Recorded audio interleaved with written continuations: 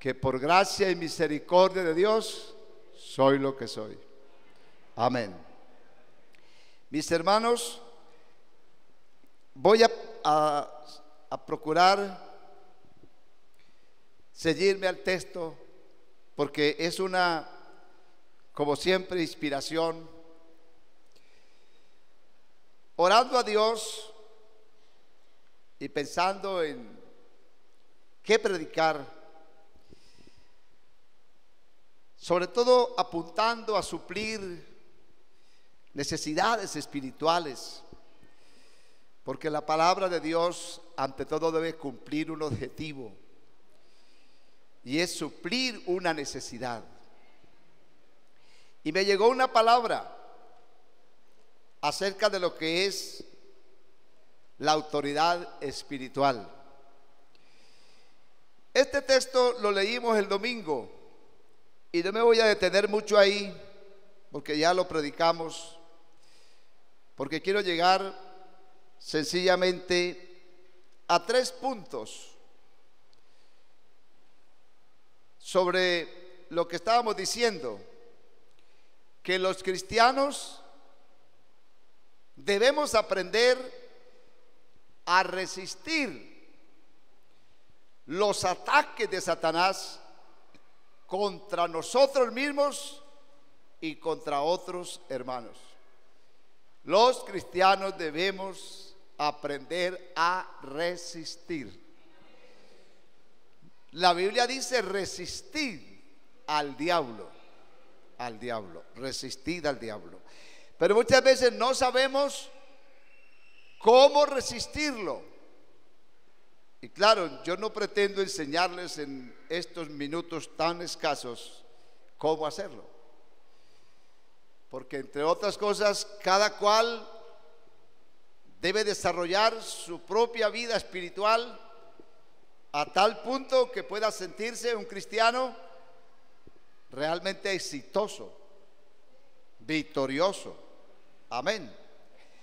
Decíamos que todos los cristianos debemos dar testimonio de las maravillas que Dios hace en nuestras vidas a través de las oraciones contestadas, porque yo sí creo que hay muchas oraciones que Dios nos ha contestado, si no todas, por lo menos muchas. ¿Y por qué son tan pocas las oraciones? ¿Por qué, decía yo, oramos y oramos y oramos y oramos y no vemos respuestas de Dios? Decía que básicamente a veces se debe a que tal vez hay algunos aspectos en nuestra vida que Dios quiere todavía pulir, limpiar, mejorar, y nos toca pasar por etapas en las que no vemos respuestas de Dios. A veces en aflicciones, en enfermedades. Hoy en día está muy de moda la depresión, y yo no juzgo que sea abiertamente un demonio, pero yo sí creo que en todos estos aspectos de la vida humana y del ser humano, Satanás puede tomar ventaja. La Biblia dice que Satanás puede tomar ventaja porque no ignoramos sus maquinaciones. Yo no sé qué quiera decir desde la teología, pero yo sí entiendo que el diablo vive maquinando cómo aguijonearnos, cómo afligirnos, cómo hacer que nuestra vida sea una vida más de quejas que de victorias, porque a la final acabaremos desgastados. Entonces decíamos que a veces hay oraciones que hacemos y no tienen respuestas porque tal vez Dios está puliendo, o necesitamos humillarnos porque hay cosas que nos humillan, nos afligen, nos avergüenzan, y tal vez sea necesario. Amén. Y que hay otras oraciones que, como dice el apóstol Juan, si nuestro corazón no nos reprende, confianza tenemos en Dios en que cualquiera cosa que le hayamos pedido nos será dada, si nuestro corazón no nos reprende. Es decir, si la conciencia no nos reprende delante de Dios de estar en malas actuaciones, todo lo que le hemos pedido lo tendremos en el tiempo de Dios. Si vuestro corazón, yo quiero que lean el texto, lo leíamos ayer, amados, primera de Juan 3, 21 al 22. Amados, si nuestro corazón no nos reprende, no nos acusa, porque la mente a veces acusa y nos hace ver cosas que están mal, pero si no nos reprende, confianza tenemos en Dios, y en cualquier cosa que pidamos, la recibiremos de Él, porque guardamos sus mandamientos y hacemos las cosas que son agradables delante de Él. Amén. Pero la pregunta es, ¿qué pasa cuando nuestro corazón no nos reprende? Cuando somos personas quizás que ya tenemos cierta madurez espiritual y aún así oramos a Dios y no hay respuestas. Entonces decíamos que es bueno aprender a resistir, porque el cristiano necesita tomar autoridad, porque es posible que hay demonios metidos que interfieren, amén, que interfieren la victoria. Claro que le pertenece solo a Cristo, pero pueden haber demonios interfiriendo. Yo no sabría decir cómo, pero yo sí sé que muchos cristianos a veces se la pasan pidiendo oración y piensan que si piden lo suficiente y ruegan a otros que ayuden a pedir a Dios, entonces Dios les contestará, y así lo hacemos. Pero la verdad es que hay muchas oraciones que yo veo en la Biblia que ya están respondidas hace mucho rato, porque yo entiendo que la voluntad de Dios para nosotros es agradable y es perfecta, pero que hay cosas que interfieren. Y citábamos el caso de Daniel capítulo 10 verso 12 y 13, cuando vino la respuesta a Daniel, y decíamos que Daniel tenía un ruego porque estaba en fuego muchas cosas. Y a veces en la vida del cristiano también llegan momentos en que se pone a prueba, se pone en juego muchas cosas. Puede ser el hogar, la economía, la salud, la familia. Entonces hay que sacar un momento especial para reforzar la oración y para averiguar a ver qué está pasando. ¿Por qué de repente el mar calmado se vuelve tempestuoso? ¿Por qué de repente la familia modelo y la familia no sé qué se convierte en una familia difícil y conflictiva? ¿Por qué de repente se alteran las cosas a las cuales Dios nos tiene acostumbrados? Entonces tenemos que reforzar y revisar qué está pasando, porque no debe ser o no debemos aceptarlo como normal. Eso es normal. Ese es el problema. Y ahora vamos a hablar de eso. Pero dice que ya Dios tenía la respuesta. Daniel, no temas. Estamos leyendo Daniel capítulo 10, verso 12 al 13. Porque desde el primer día que dispusiste tu corazón, el corazón hay que disponerlo a veces especialmente para librar grandes batallas espirituales. De ahí la importancia del ayuno, de la oración, pero claro, direccionada. Amén. Daniel dispuso, porque estaba en fuego, ya dije muchas cosas. Desde el día que tú dispusiste tu corazón para entender y humillarte en la presencia de Dios, desde ese día, dice el ángel, fueron oídas tus palabras fueron oídas tus palabras y a causa de tus palabras yo he venido. Porque él estaba en ese momento de intensa oración. Pero dice: mas el príncipe del reino de Persia se me opuso durante 21 días. Pero Miguel, uno de los principales príncipes, vino para ayudarme y quedé allí con los reyes de Persia. Habla aquí la Biblia de un príncipe de Persia. Yo no sé quién pueda ser, pero se habla que es un príncipe. Y yo no lo veo como un príncipe sencillamente bueno. Yo lo veo como un principado demoníaco, de autoridad demoníaca, que de alguna manera intervino. Y la respuesta que ya estaba dada de parte de Dios para Daniel demoró un tiempo, 21 días demoró, pero el ángel confortó a Daniel. Y era una intervención que había allí. Entonces yo estaba diciendo, corresponde a los cristianos entonces reconocer su posición con Cristo en el trono de Dios para resistir al diablo. Porque el diablo, decía yo, el diablo tiene interferencia. No pienso yo que estamos en una cacería de brujas buscando demonios por todo lado y obsesionados con guerras espirituales y cosas como esas. Pero no podemos desconocer que sí habla la Biblia abiertamente de las influencias del diablo.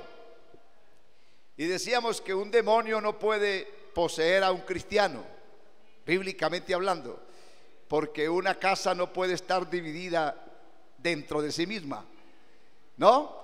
Y no puede concordar Balial con el templo, ni la luz con las tinieblas. Son dos cosas opuestas.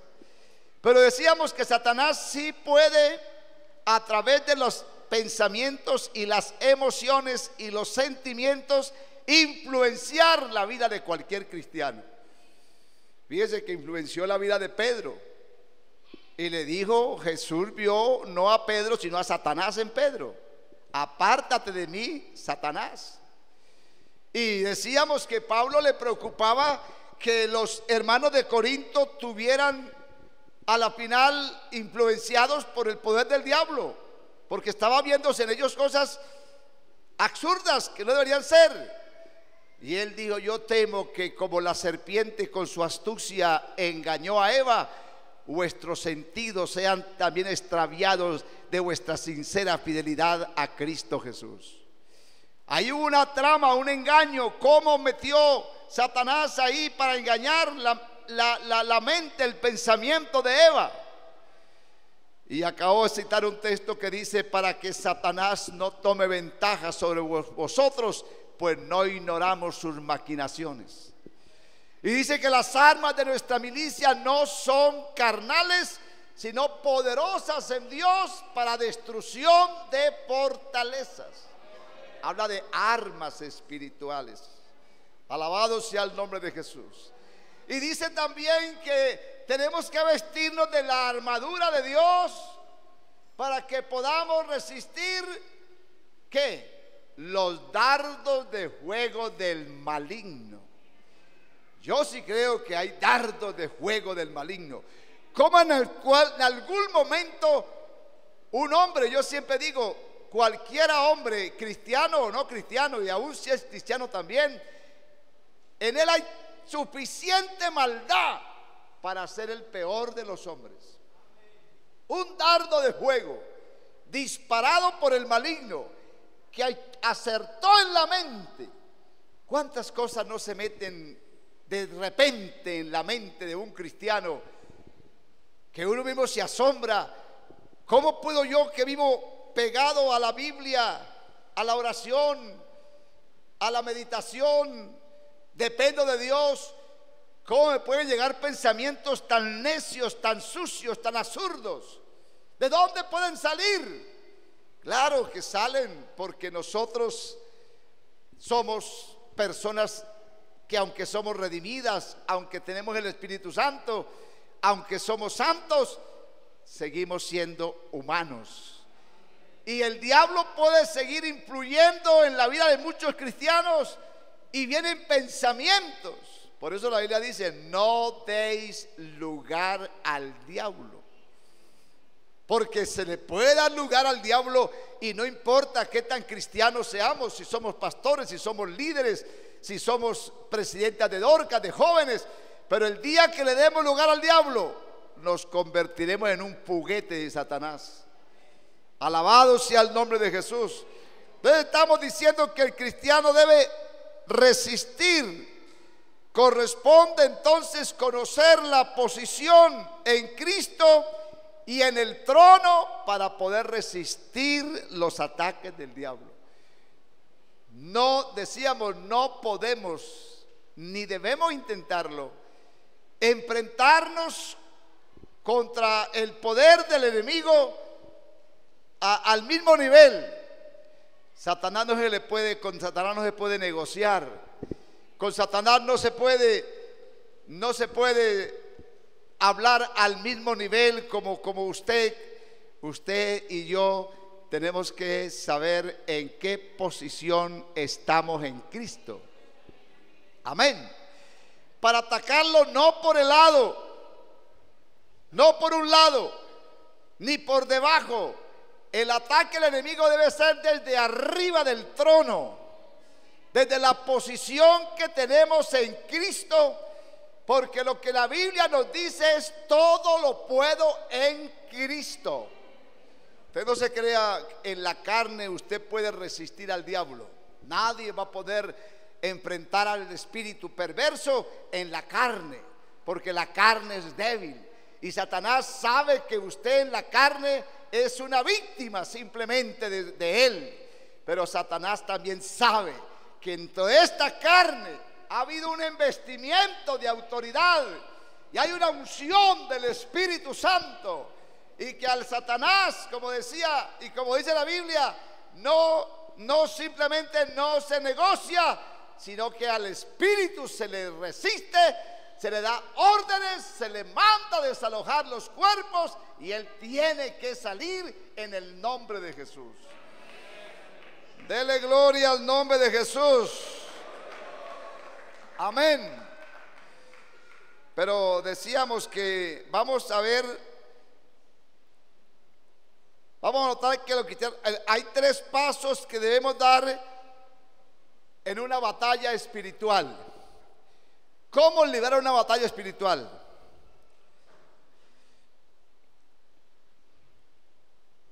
Las hemos librado. Yo recuerdo cosas muy palpables que nunca se me olvidan, imágenes que se me quedaron en la mente, de mi esposa en batallas espirituales, porque las hemos tenido. Cuando el enemigo quiso arrebatarnos a una de nuestras hijas, cuando casi veíamos cómo el mismo diablo la llevaba. Y yo recuerdo esa reacción, más que mía, de mi esposa, como una leona enfurecida, como una leona a que le van a robar su cachorro, y ella se empodera y entra en aflicción, y entra en oración, y entra en ayuno, y entra en esa posición de autoridad y de confrontación del enemigo, porque está en juego algo muy grande para nosotros, un hijo. Y fui testigo cómo el demonio la soltó. La soltó. Mano, el diablo clava los colmillos. A veces en la esposa, en el esposo, en el hijo, en la hija, en el que usted no lo piensa, y lo agarra.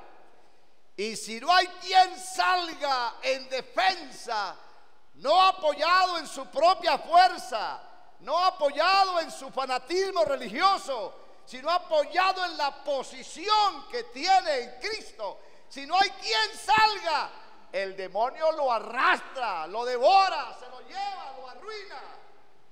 Pero gracias a Dios, a esos intercesores de oración, a esas mujeres de ayuno, a esos hombres que creen que en Cristo hay poder para liberar, para desatar. Aleluya. Alabado sea el nombre de Jesús. El punto número 1 es que el cristiano debe aceptar una posición de autoridad y de victoria. Amén. Dele gloria a Jesús. Fíjese bien, no debemos tratar de luchar con Él. Si nos ponemos en el mismo nivel para luchar, obviamente que Él nos vence.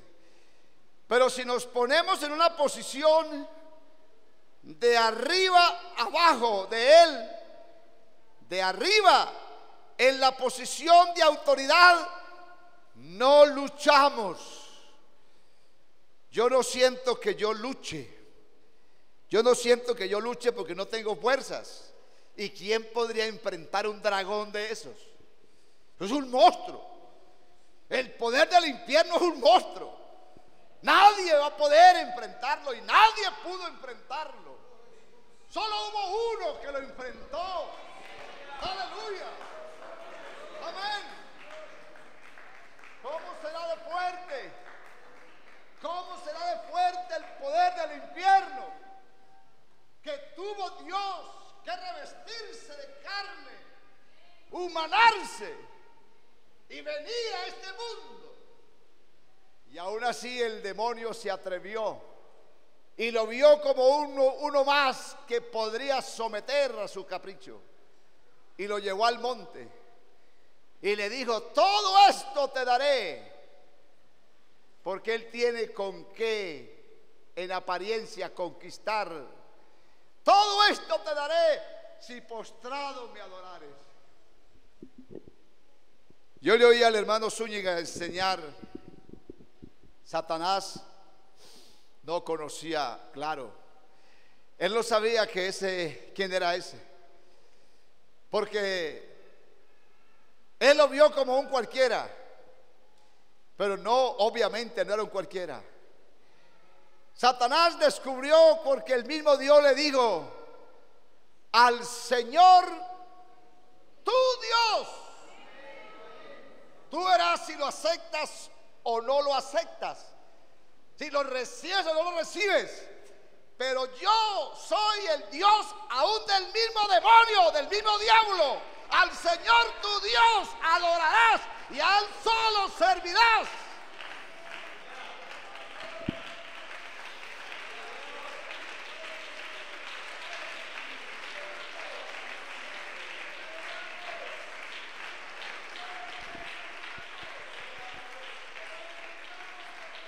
Aleluya. Oiga bien, y decía el hermano Zúñiga, un antiguo ministro de la iglesia muy prominente, y jamás Satanás volvió a tentar a Jesús, jamás, porque ahí se dio cuenta. Satanás comenzó entonces a guardar distancia. Cuando Jesús se acercaba a los demonios, el Marcos dice que un demonio dijo: sé quién eres, el Santo de Israel. Y los demonios lo conocían de ahí en adelante. Ese no es cualquier caminante de la tierra. Ese es el mismo Dios manifestado en carne. ¿Y sabe qué? Jesús no venció a Satanás porque él tuviera que vencerlo, porque de antemano él siempre ha sido Dios y Satanás no es más que un pobre diablo, y Dios siempre ha sido Dios, y él no vino para vencerlo porque él ya sabía que estaba vencido, pero él vino para vencer a un enemigo y entregárselo a la iglesia, la cual es usted y la cual soy yo. Entregarnos un enemigo vencido, desglogado, derribado.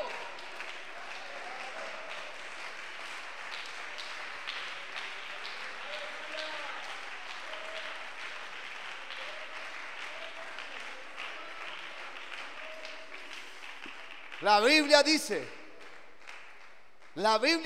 que él subiendo a lo alto, ¿llevó qué? Llevó cautiva a la cautividad, y la cautividad pertenecía al mismo diablo, y él le quitó la cautividad al diablo y libertó a los cautivos, porque Jesucristo vino a libertar los cautivos. El Espíritu del Señor está sobre mí, porque me ungió y me envió a libertar los esclavos del pecado, a los cautivos del infierno.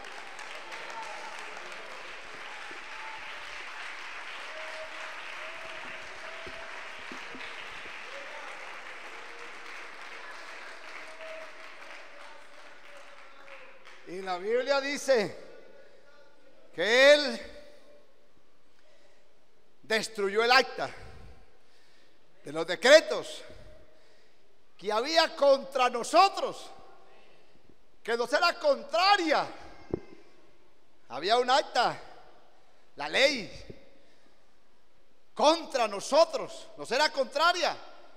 Y él cogió esa acta y la despedazó. Y dice que la clavó en la cruz y derribó a las potestades, a los principados, y los exhibió públicamente y triunfó sobre ellos en la cruz del Calvario. Y este no es un triunfo de Cristo solamente, ese es mi triunfo, ese es tu triunfo. Satanás está vencido.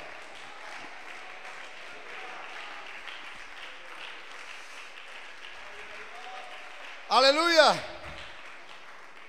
Oiga bien, naturalmente tenemos que reconocer nuestra debilidad personal en la carne. No se crea, muchos se han equivocado y se han creído unos superpastores o unos supercristianos o unos superlíderes. Nadie es super nada. El único grande es Él. Alabado sea el nombre de Jesús. Alabado sea el nombre de Jesús. Sí, tenemos que reconocer nuestra debilidad personal en la carne. Y claro, escondernos en Cristo, vistiéndonos de justicia, de su justicia, no de nuestra justicia, de su justicia y de su autoridad y de su nombre. Los cristianos debemos aprender y saber y entender qué significa ese nombre. Eso no debe ser que usted se está quemando, volteando la arepa. Hay poder en Jesús. Deje eso. Deje eso. Estamos invocando a Jesús por cualquier cosa. Aprendamos a respetar y a reverenciar ese nombre. Amén. Porque en ese nombre los pecadores se convierten. En ese nombre los enfermos se sanan. Y en ese nombre los demonios huyen despavoridos, porque saben que es ese nombre. Y ese nombre es sobre todo nombre, el nombre de Jesús de Nazaret.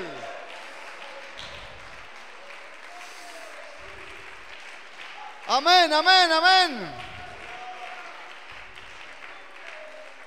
Vea, hermanos, decía el domingo, no estemos tratando de conseguir la victoria sobre Satanás. No estemos tratando de conseguir la victoria sobre Satanás. Ya es una cosa obtenida. Amén. San Lucas 10:18 les dijo a los discípulos: yo vi. Oiga bien, importante ese detallito. Es un texto, una palabrita muy pequeña, pero gloriosa. ¿A qué me refiero? Jesús dijo: yo vi a Satanás caer del cielo. Yo vi a Satanás caer del cielo. Aleluya. Entonces, ¿cómo resistir en la astucia, la malicia de Satanás? El cristiano debe aceptar su posición de autoridad y de victoria en Cristo. Yo no sabía mucho de eso. Yo les he contado que cuando yo recién comencé el ministerio, va a ser 45 años, yo salí a un pueblo y en ese pueblo había mucho brujo, mucho santero, hechicero, de esos que siguen, hay tantos todavía por ahí. Y yo comencé a predicar en el parque. Yo era un pelado, un muchacho de 20 y punta de años, 23 años, chachito, muy jovencito, pero con una profunda convicción. Porque cuando yo fui sano, yo me empoderé de lo que Dios hizo. Yo dije, si Dios tocó mi cuerpo, si Dios se dignó y se inclinó y me tocó, porque yo sentí como un cable en mis rodillas y en mis tobillos, si Dios se inclinó y se dignó tocarme, yo no soy cualquiera. Yo no soy cualquiera. Yo siempre le he dicho a mi esposa, y ella sabe cuánto amo yo a Dios, porque todo lo que yo soy se lo debo a Dios. Mano, eso ha sido algo que marcó para siempre mi vida. Y yo me empoderé. Y yo desde ahí dije, yo no soy cualquiera. Y no vaya a pensar que es porque a mí Dios me sanó. Pero a los que Dios ha bautizado con su Espíritu Santo, a los que Dios ha perdonado sus pecados, a los que Dios ha hecho sentir su presencia, de alguna manera también los ha tocado. Y si Dios te tocó, te puso de lado, te puso aparte, no eres del montón, eres una especialidad delante de Dios y delante de esta inmunda sociedad. No eres cualquiera.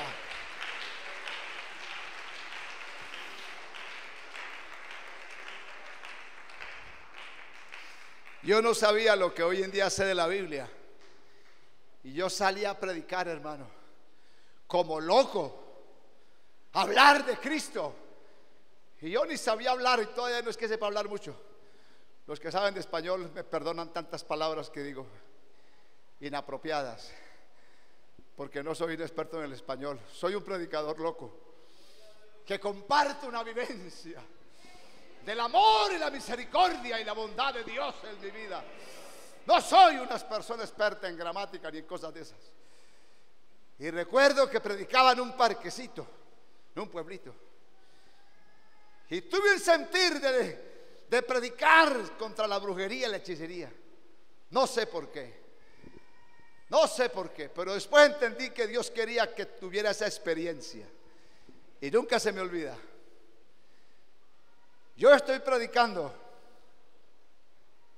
y se me acerca un señor todo grandote, comparativamente conmigo, flaquito.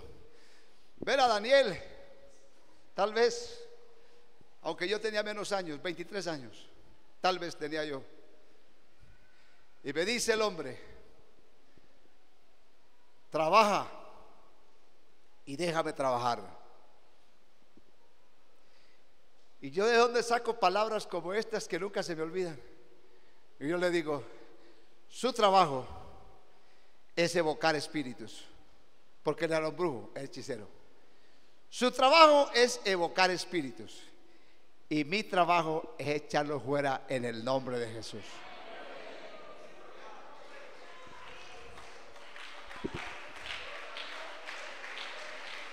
Oiga bien, se casó la pelea, pero yo no estoy peleando, Dios está peleando por mí. Yo digo, Jesús, aquí estoy. Y se encrespa el demonio ese y saca sus garras. Entonces me acuerdo que me dice, tú eres un joven jovenzuelo, despreciativamente. Y no sabes nada de la vida. Tú no conoces nada. Pero te voy a poner un poder que vas a quedar respetando toda tu vida, los poderes ocultos. Me va a poner a echar babas por la boca.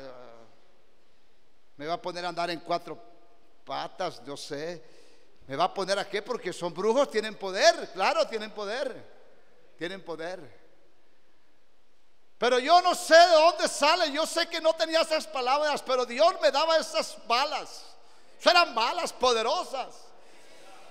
Porque yo le digo y se lo he dicho siempre, aleluya, écheme los demonios que quiera, que yo tengo el Dios de todos los espíritus.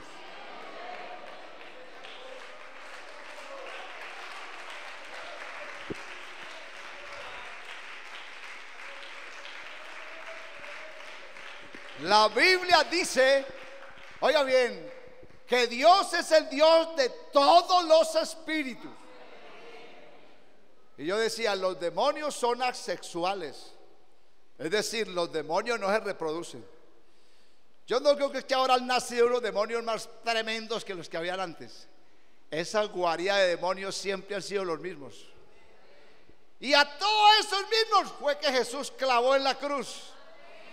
Fue que derrotó y los exhibió como el que viene de una gran batalla y trae en su mano la cabeza del verdugo y dice: he aquí la cabeza del verdugo, cómo lo decapité. Y Jesús lo hizo en la cruz. Claro que sí. Pero cuando me fui después de hablar con ese señor, me dio miedo. Oiga bien, Dios tan bueno. Dios me dijo: ojo, que eso no lo fuiste tú, eso soy yo, necesitas doble porción. Ahora vamos a trabajar porque entramos en un campo de batalla.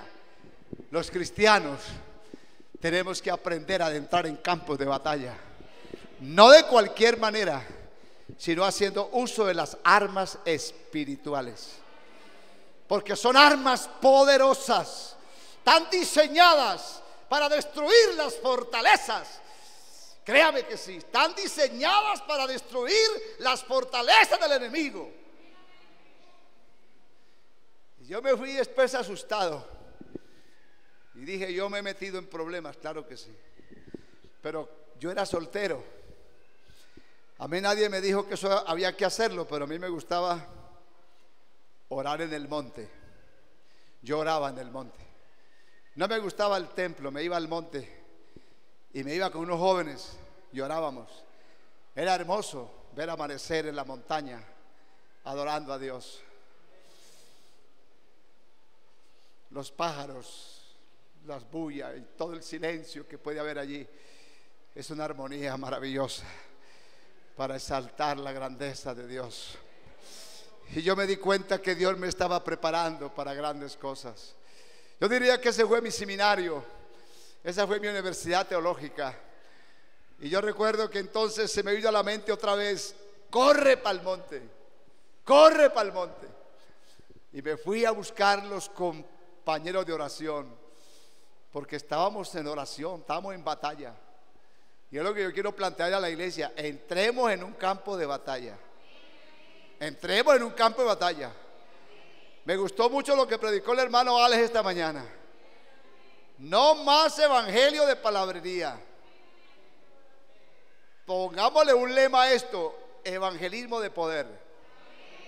Evangelismo de poder con reacción inmediata.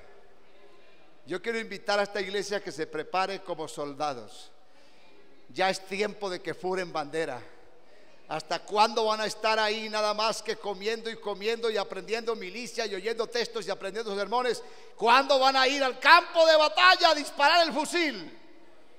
¿Cuándo van a ponerse en el maltrecho y van a ponerse en el fusil y las armas? Y vamos al enemigo, porque hay que darle en la cabeza. No con mi fuerza ni con mi puño. Con el poder y con la unción del Espíritu Santo derribaremos fortalezas.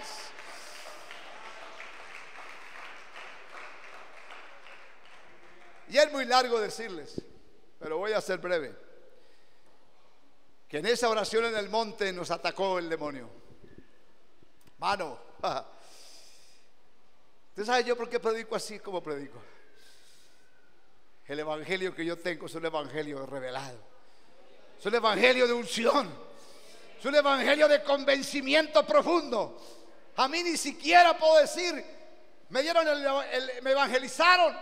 Ahí me dijeron 3 palabras: Cristo salva, sana y bautiza.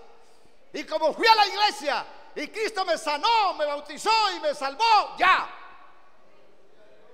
Yo no sé por qué hoy hay que hacer seminarios y tantos talleres para explicar una cosa que no tiene explicación. ¿Tiene el evangelio explicación? No, para mí no. El evangelio es una revelación. Ahí es que el diablo embolata tanta a la gente. ¿Quieren saber? Aquí bauticé a un jovencito estos días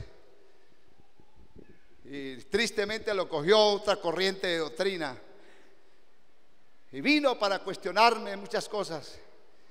Yo le dije: hijo, estás muy equivocado. Esto no es de saber, esto es de creer. Mañana te vas a ir de ahí porque igual no vas a agotar la sabiduría y los deseos de saber que tienes. En esa fuente no están completos. Y ninguna iglesia, congregación, denominación tiene absolutamente la verdad completa. Y nadie la va a tener, porque la verdad se llama Jesús de Nazaret, camino, verdad y vida.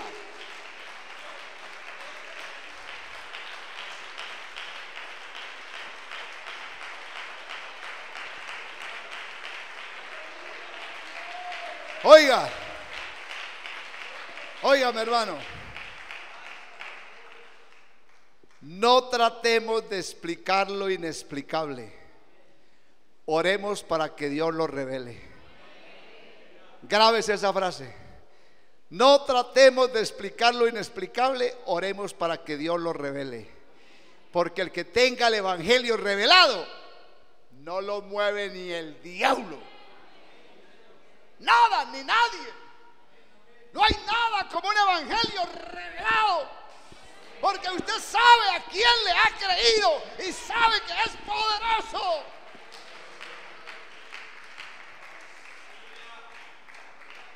Aleluya. Y estábamos orando ahí. Éramos 3 jóvenes, muchachos, deseosos de experiencias con Dios. La juventud hoy gusta de campamentos, de talleres, de cosas, pero no buscan de Dios.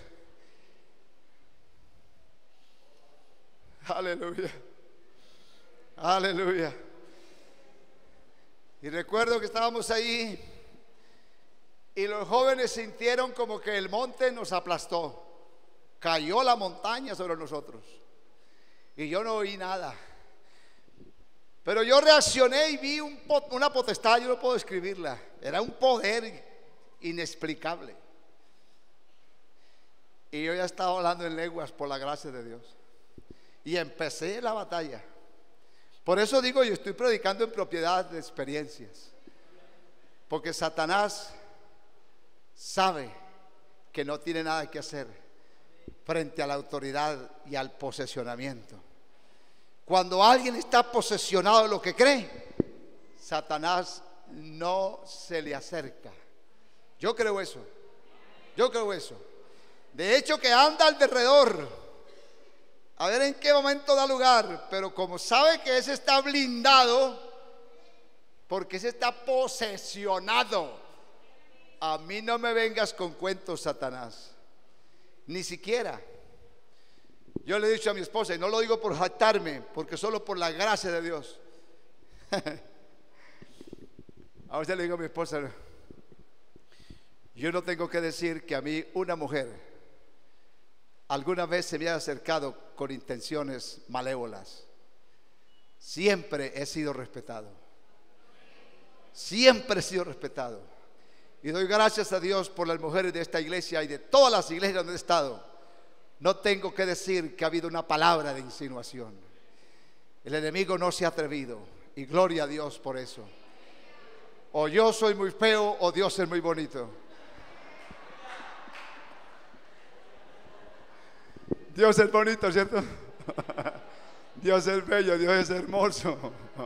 Dele gloria a Jesús. Dele gloria a Jesús. ¿Verdad que sí, hermanos? Y comenzamos la batalla. Esa potestad comenzó a irse por el monte y yo me fui detrás. Empoderado, empoderado. Vea, créame que cuando uno siente ese apoyo, esa bendición, ese respaldo de Dios, usted es un super gigante. Mano, qué cosa tan grande. Cuando usted siente esa investidura, ese acompañamiento, usted se transforma. Usted se ve poderoso. Yo me veía con unos músculos pero increíbles, con unas piernas fuertísimas, con un pecho fuertísimo. ¡Qué gigante! ¿Cuál gigante? Un pobre flaco ahí. El gigante es otro. El gigante es otro. Alabado su nombre. Aleluya. Mano, y a la final perdí de vista esa potestad. Y había caminado mucho. Y créame que volvió y me dio miedo. Porque cuando ya se me bajó la euforia y Dios me dijo, bueno, ya te ayudé ahí, ahora vuelve a ti. Y uy, ¿ahora qué hago aquí en este monte solo? Dios, ¿verdad que Dios le pega un empujón? ¡Pum! Quédate solo ahí ya. Aprende a caminar también. No siempre te voy a llevar por los aires. Así pasa con Dios a veces. A veces Dios nos coge y nos transporta y nos traspasa al otro lado. Pero ahí nos deja. Sigue tú. Y es cuando muchos dicen, no, yo no puedo. Sí puedes. Porque ese Cristo que te llevó hasta ahí te puede continuar llevando de otra manera. Él sabe hacer las cosas. Si necesita cargarte, te carga. Si puedes andar empujado, te empuja. Y si puedes ir solo, Él va a tu lado, pero Él no te abandona. Y volví a mis compañeros y estaban tiesos. Ellos se habían quedado ahí, tendidos. Comencé a mover sus manos, sus pies, a moverlos a ver si aparecía otra vez la sangre circulando. Y se despertaron. Hermano, ¿qué pasó? Y yo no poco sé qué pasó, pero algo grande sucedió. No importa, Dios nos dio la victoria. Y ese señor se va al otro día al pueblo y él mismo decía, de aquí en adelante sí voy a respetar los evangélicos. Los voy a respetar, porque el poder que yo desplegué para apoderarme de ese monito, según eso era como el máximo poder que tenía. Era el mayor espíritu que manejaba, pero contra el poder de Dios no hay mayor demonio, no hay mayor espíritu. Amén. Amén. Gloria a Dios. Y ese hombre me lo encontraba yo en la calle y no aguantaba mi mirada. Él la esquivaba, se pasaba de acera o se agachaba. Llamaba a Teófilo, es lo que yo sé. Se murió y se fue al infierno, nunca se repitió. Pero conoció que en Cristo hay poder. En Cristo hay poder. Alabado el nombre de Jesús. Pero estamos en el punto, el cristiano debe aceptar una posición de autoridad y de victoria. Vea, yo quiero decir esto, hermano, ya por terminar. Los cristianos, ¿sabe cuál es el problema? Pienso yo de muchos cristianos. Déjeme decirle esto, vea. Los cristianos de hoy hemos adoptado una posición perezosa. Los cristianos de hoy hemos adoptado una posición perezosa. Es decir, no queremos pelear. No queremos pelear. Y la Biblia habla de pelear. Si yo le preguntara a usted, ¿cuál es su pelea? ¿Con qué pelea usted? La mayoría dice pelea. ¿Y por qué voy a pelear? Yo no tengo que pelear. Yo no tengo problemas. El diablo está engañando a infinidad de creyentes porque no quieren pelear. Creemos que ya todo está hecho y que nada va a cambiar. En vez de usar la fe, clamamos a Dios para que Él resista a Satanás a través de nosotros, en lugar de hacerlo nosotros mismos. Le queremos dejar todo a Dios, pero nosotros no queremos pelear. Ese es un problema, hermano. Por eso la iglesia está planteando al problema soluciones. Yo no solamente estoy diciendo tenemos este problema, vamos a enfrentar el problema. ¿Cómo lo vamos a enfrentar? Yo no voy a traer aquí un conferencista más que nos dé conferencias sobre Espíritu Santo, sobre tantas cosas que son buenas, ¿verdad? Pero yo veo que la necesidad que tenemos es de la oración. Déjeme decirle, necesitamos es que todos, porque gracias a Dios por los grupos de intercesión que hay aquí, gracias a Dios y al hermano diácono, hermano Julián, él es muy dedicado a la oración, igual que muchas hermanas y muchos hermanos. Pero ¿cómo está usted peleando? No, hermano, pues yo peleo como, yo voy a la iglesia, canto, oro. Algunos dicen diezmo, ofrendo. Gloria a Dios por eso, y Dios le bendiga por eso. Pero eso está bien, pero necesitamos gente ya jurando bandera, que empiecen a sentir la necesidad, amén, de pelear, de pelear. La Biblia dice, pelea la buena batalla. He peleado, dice Pablo. Pablo no fue un cristiano pasivo, él fue peleón. Toda la vida de Pablo fue peleando con demonios, fue peleando contra las potestades, fue resistiendo al diablo. Esos son los cristianos que desarrollan fe, que desarrollan convicción, que desarrollan capacidad, porque están en la batalla, hermano. ¿Cuándo puede un soldado aprender a batallar si no está en la batalla? Entonces lo que tenemos aquí es que meternos a la batalla. Vamos a pelear. Lo que tenemos sencillamente es que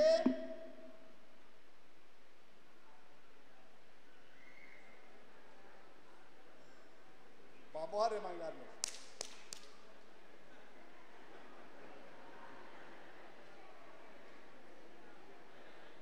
Porque yo sé que sí hay un enemigo provocándonos a que no lo puedes, a que no lo logras. Eres cristiano, ¿cuál es tu Dios? Y mira tu hogar como te lo tengo, y mira tu cosa, y mira tu otro, y amenace, y amenace, y amenace.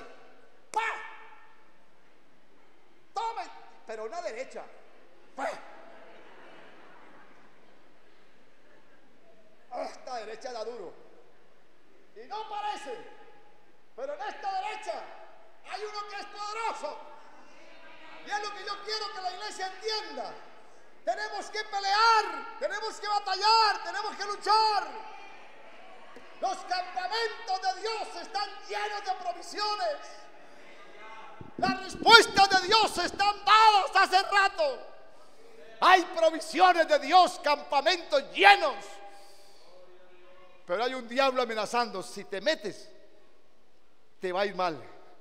Tú no eres capaz de ser mejor cristiano que lo que hasta ahora eres. Tú no aprendiste a ser cristiano. Aprendiste a ir a la iglesia, aprendiste a orar, a cantar, pero no sabes ser cristiano. Pues qué bueno decirle, sí sé que es ser cristiano. Ser cristiano es pelea la buena batalla, pelea la buena batalla, y la voy a pelear, la voy a pelear.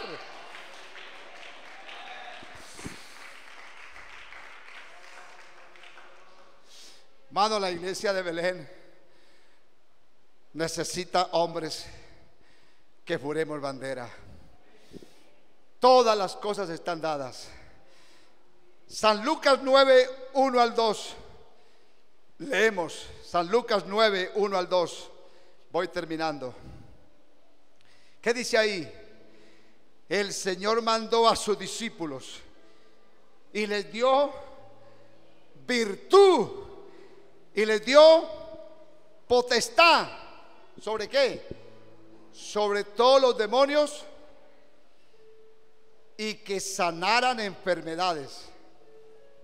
Les dio autoridad sobre todos los demonios. Reuniendo a sus 12 discípulos les dijo, y les dio poder y autoridad para sanar enfermedades, y los envió a predicar el reino de Dios, sanando enfermos.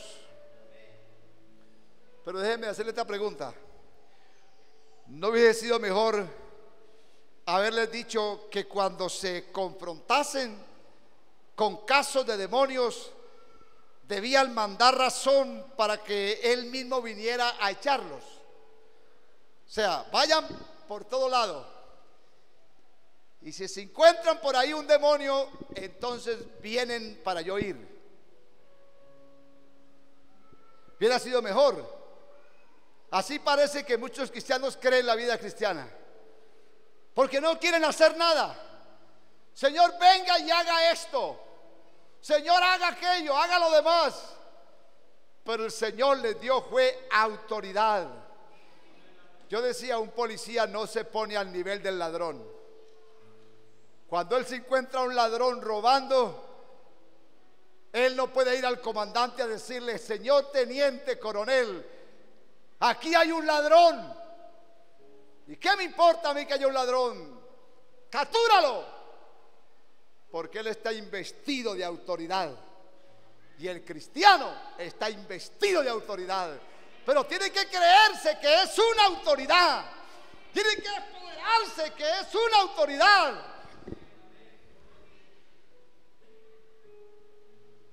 Yo extraño muchas cosas. Yo me acuerdo de los principios de la iglesia, cuando los enfermos pasaban al altar,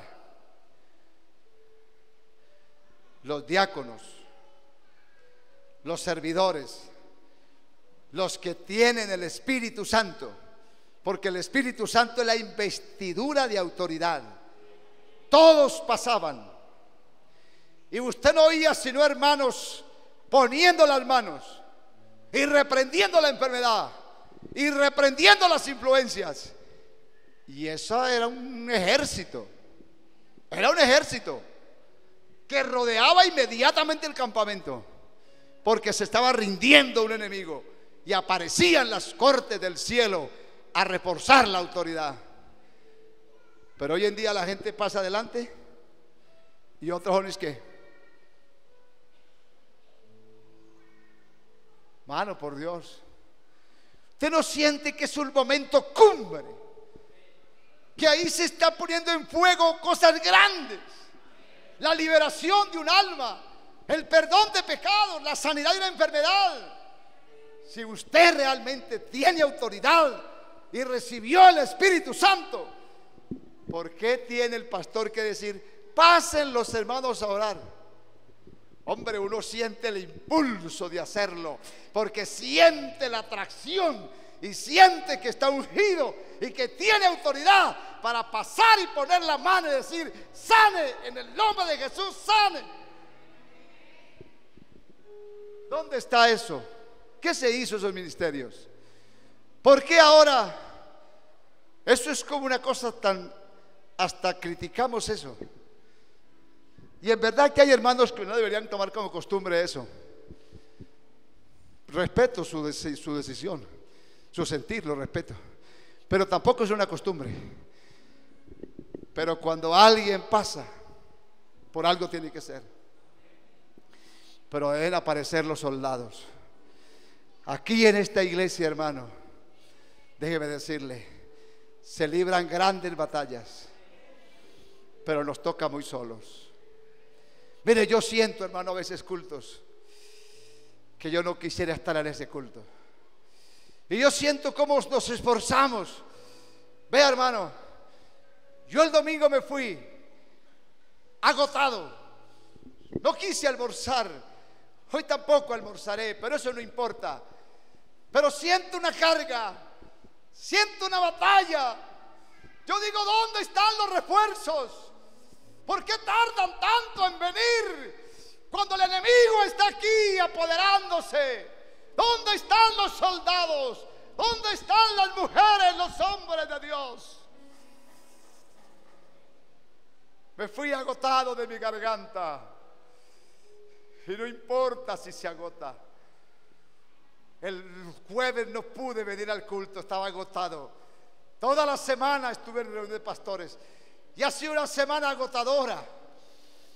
Pero aquí estoy dando mi fuerza. Y no mi fuerza. Estoy entregando una palabra que yo sé que es una palabra para este momento. Y que tiene que haber quien diga: pastor, yo quiero, yo siento. Alabado sea el nombre de Jesús. Jesús no dijo: si hay enfermos me llaman a mí, yo voy. Él les dio autoridad: oren por los enfermos. Volvamos a eso. Sobre los enfermos pondrán las manos. Eso lo dijo Él. Eso no lo dijo un teólogo. Jesús lo dijo dando autoridad a sus siervos. Sobre los enfermos pondrán sus manos. ¿Y qué pasa? ¿Qué debe pasar? Ellos sanarán. Ellos sanarán. Echarán fuera, ¿qué? Demonios. ¿Cómo así que echar fuera demonios? Hay gente que no cree mucho en esos poderes del demonio, pero sí hay poder del demonio, sí hay astucia del demonio, y los cristianos tienen que ejercer autoridad sobre el demonio. Echarán fuera demonios. Yo quiero algún día de estos que usted tenga una experiencia como esa y no haga lo que yo hacía. Cuando recién me convertí, recibí el Espíritu Santo, claro, pero siempre buscaba al pastor. Pastor, que vamos a orar por un enfermo por allá no sé dónde. Y una vez el pastor se me quedó viendo y me dijo: ¿usted recibió el Espíritu Santo? Y sí, pastor. Pues vaya usted. ¿Para qué cree que Dios le bautizó con el Espíritu Santo? Para decir que yo vaya usted. Ya bueno, yo voy. Y aprendí que no hay que llamar a nada, a nadie. Usted tiene la investidura, usted tiene la autoridad. Ejérzala, simplemente ejérzala. No confiando en la carne ni confiando en su justicia, sino confiando en el mandato divino. Y seréis investidos del poder de lo alto. Dele gloria al nombre de Jesús. Él dio autoridad, pero le tocaba a ellos mismos usarla. Mire, Lucas 9:10 dice que vuelto los apóstoles, Lucas 9:10, le contaron todo lo que habían hecho. Amén. Le contaron todo lo que habían hecho. Y entre esas cosas dice: Señor, en tu nombre echamos fuera demonios. Alabado sea el nombre de Jesús. Muchos cristianos no han aprendido, como ya dije, más que a pedir al Señor, pero Él quiere que ellos mismos resistan al enemigo, ejerciendo la autoridad que nos ha sido dada. Los discípulos volvieron diciendo: Señor, aún los demonios se nos sujetan en tu nombre. El Señor contesta diciendo: he aquí os doy potestad de hollar serpientes, escorpiones y demonios, y sobre toda fuerza del enemigo, y nada os dañará. De pisar escorpiones. Son animales venenosos, pero los puedes pisar. Claro, no lo pise por pisarlo, cuidado, que lo pica. Pero si hay demonios, escorpiones. Y el cristiano tiene que pararse sobre él. El Señor no ofreció ahollar las serpientes o los escorpiones por ellos. Yo los hollaré, yo los pisaré. Él suple la potestad, pero ellos mismos tienen que ahollar, poner los pies encima de los espíritus infernales. Mano, ejerza fe. ejerza autoridad. Tenemos que mantener la autoridad y resistir e insistir en la victoria. Termino diciendo este texto de de Primera de Pedro 3:22. Cristo ya está en posición más elevada. Y dice Primera de Pedro 3:22, quien habiendo subido al cielo está a la diestra de Dios. ¿Y a él están sujetos qué?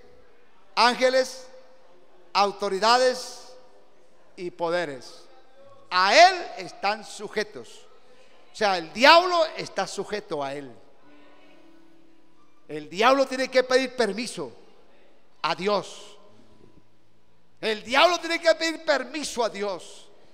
Cristianos de Belén, salgamos a las calles, pero no de cualquier manera. Vengan a una batalla espiritual el viernes. Estemos 3 horas en disciplina, en milicia. Vamos a empezar a prepararnos en la milicia espiritual, en oración, en estudio de la palabra. Ningún cristiano puede ser fructífero si no estudia la Biblia.